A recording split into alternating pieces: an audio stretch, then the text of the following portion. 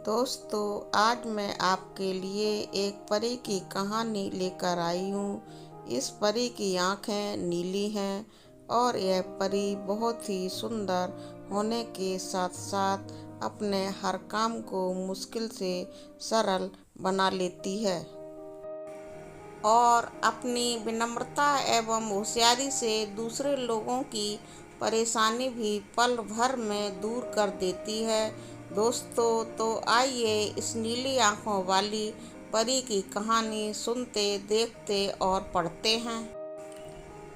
नीली आंखों वाली परी की कहानी। नीली आंखों वाली परी की कहानी। दोस्तों, सालों पहले टिपटिपुआ राज्य में कर्ण राजा शासन चलाता था। राजा का दिल बहुत साफ था। वह हर त्योहार के दिन लोगों को दान देते थे। इस साल भी एक त्योहार के अवसर पर राजमहल में दान लेने वालों की भीड़ लग गई। राजा ने सबको भर भर कर दान दिया। अंत में कमर को झुकाते हुए एक महिला राजा के पास दान लेने के लिए पहुंची, लेकिन तब तक राजा के पास दान देने के लिए कुछ भी नहीं बचा। राजा ने तुरंत अपने गले से हीरे का हार निकालकर उस महिला को दे दिया। वह महिला राजा के सिर पर हाथ फेरते हुए आशीर्वाद देकर चली गई। अगले दिन राजा अपने बगीचे में बैठकर सोच रहे थे कि मेरे जीवन में एक पुत्र की कमी है। भगवान ने मुझे सब कुछ दिया, लेकिन पुत्र सुख पता नहीं क्यों नहीं दिया। तभी राजा के गोद में आकर एक आम गिरा। राजा इधर उधर देखने लगे। उनके मन में हुआ कि आखिर यह आम मेरी गोद में आया कैसे। तभी कुछ देर बाद उन्हें बहुत सारी परियां दिखीं। उन सभी परियों में से एक नीली आंखों वाली परी राजा के सामने आई और बोलने लगी कि इस आम को अपनी पत्नी को देना।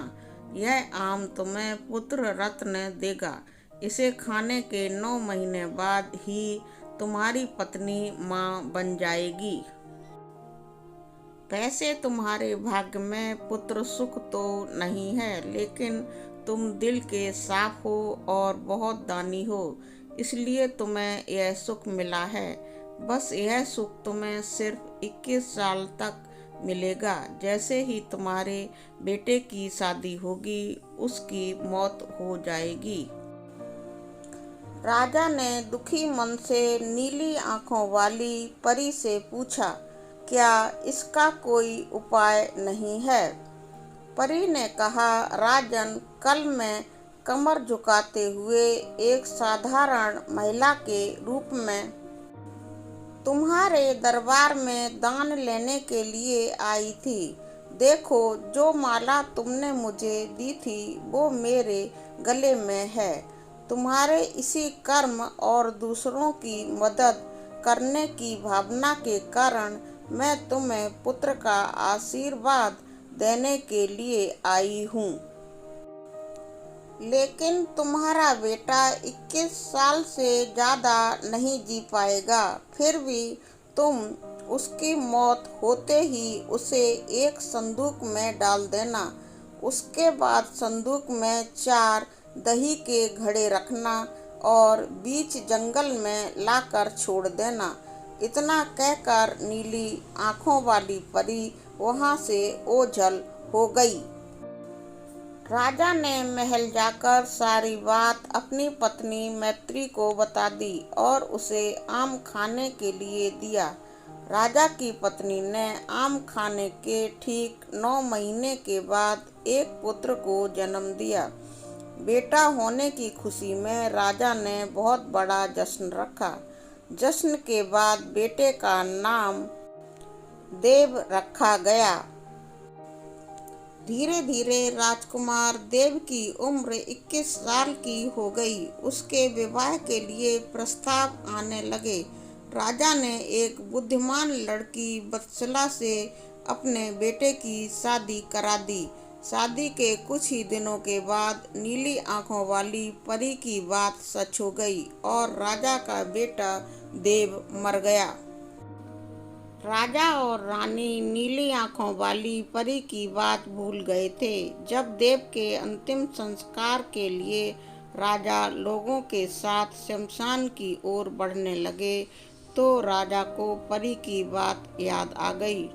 तुरंत राजा ने सबको एक बड़ा सा संदूक और 4 दही के घड़े लाने के लिए कहा।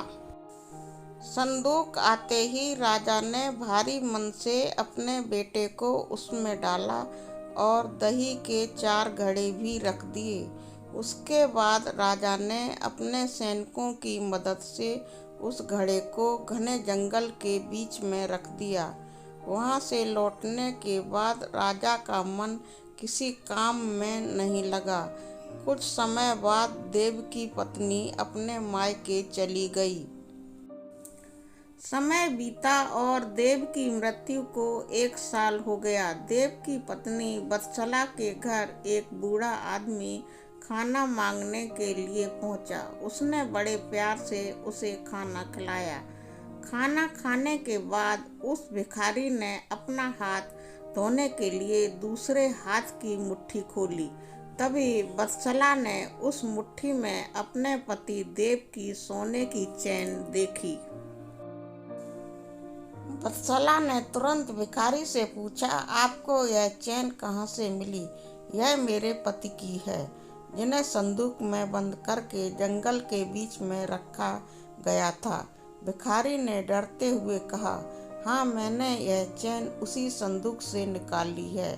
वत्सला ने कहा, आप डरिए मत, मैं सिर्फ उस जंगल तक जाना चाहती हूँ जहाँ मेरे पति का संदूक रखा है। भिखारी ने कहा, वह भयानक जंगल है, मैं आपको वहाँ तक नहीं लेकर जा पाऊँगा। हाँ, आप चाहो तो मैं आपको उस संदूक से थोड़ी दूर ले जाकर छोड़ सकता हूँ। वत्सला तेजी से भिखारी के साथ चलकर जंगल तक पहुँची। घने जंगल से पहले ही भिखारी वहाँ से चला गया। फिर वत्सला अकेले अपने पति के संदूक को ढूंढने के लिए निकल पड़ी। वहां जाकर उसने अजीब सी चीजें देखीं। उस संदूक के पास बहुत सारी परियां थीं। वत्सला पेड़ के पीछे छुपकर उन्हें देखने लगी। वत्सला ने देखा कि सारी परियों के बीच से एक नीली आंखों वाली परी आई और उसने संदूक में एक लकड़ी देव के मृत शरीर के सिर के पास और एक पैर के पास रखी। तभी देव संदूक से बाहर निकल आया। परियों ने देव को मिठाई खिलाई और दोबारा संदूक के अंदर डालकर लकड़ियों की स्थिति बदल दी। रोज रात को नीली आंखों वाली परी इसी तरह से देव को संदूक से बाहर निकालती और फिर उसी में भेज देती थी। वत्सला डरते हुए उसी जंगल में फल खाकर 3 से 4 दिन तक यह सब देखती रही। एक दिन वत्सला ने भी संदूक खोलकर नीली आंखों वाली परी की तरह ही लकड़ी की स्थिति को बदला। तभी देव संदूक से बाहर निकल आया। देव ने जैसे ही अपनी पत्नी को देखा, वह हैरान हो गया। देव कुछ बोल ही रहा था कि अचानक वत्सला बोल पड़ी, मैं आपको इस जंगल में इस स्थिति में रहने नहीं दूंगी, आपको मेरे साथ चलना होगा। देव ने वत्सला को समझाते हुए कहा, मैं नीली आंखों वाली परी की वजह से ही इस दुनिया में आया हूँ। मैं उनकी आज्ञा के बिना कहीं नहीं जा सकता। तुम मेरे संदूक में रखा हुआ एक घड़ा अपने साथ लेकर मेरे राज्य चली जाओ। वहाँ छुप कर रहना तुम्हें 9 महीने बाद एक पुत्र होगा, तब मैं तुमसे मिलने आऊँगा। अब तुम लकड़ी की स्थिति बदलकर मुझे पहले की तरह संदूक में जाने दो। वत्सला ने अपने पति के अनुसार ही किया। सबसे पहले संदूक में पति को भेजा, फिर वह दही का एक घड़ा लेकर रूप बदलने के बाद राजमहल पहुंची और रानी को चिट्ठी भेजकर रहने के लिए जगह मांगी। रानी ने दया करके उसे राजमहल के पास ही एक कमरा रहने के लिए दिया।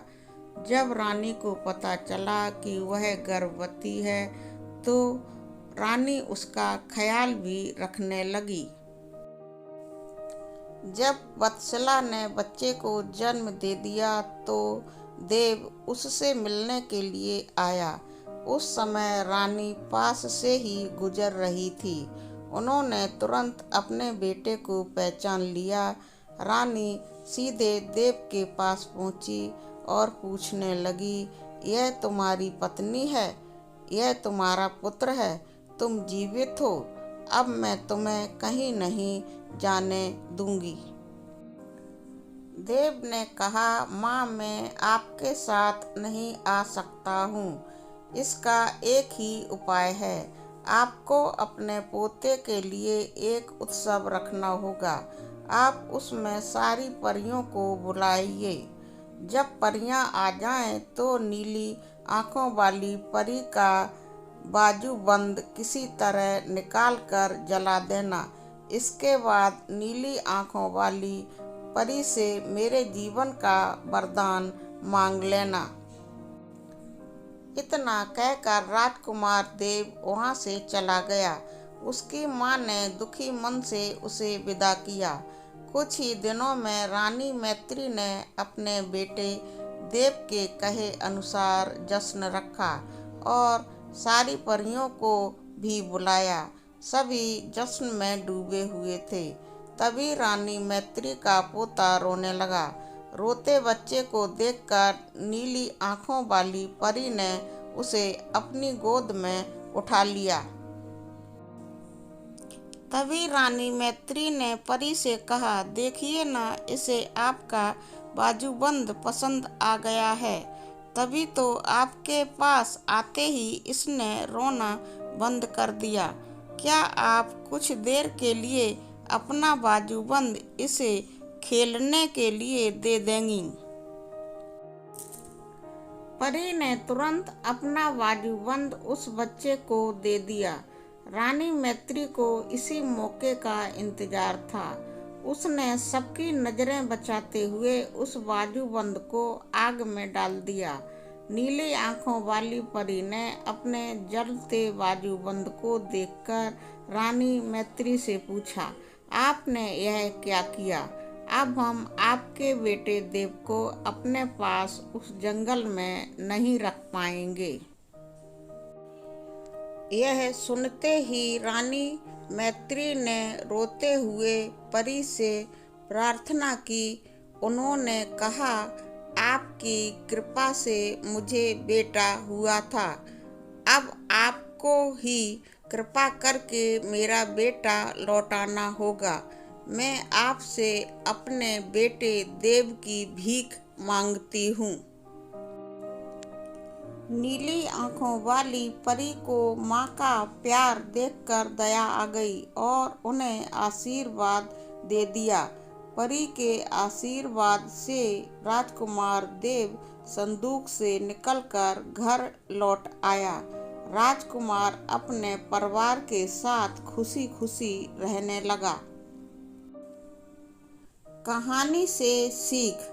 दोस्तों, इस कहानी से हमें यह सीख मिलती है कि विनम्रता से सबका दिल जीता जा सकता है और सब्र व सही रणनीति से इंसान मुश्किल काम को भी पूरा कर लेता है।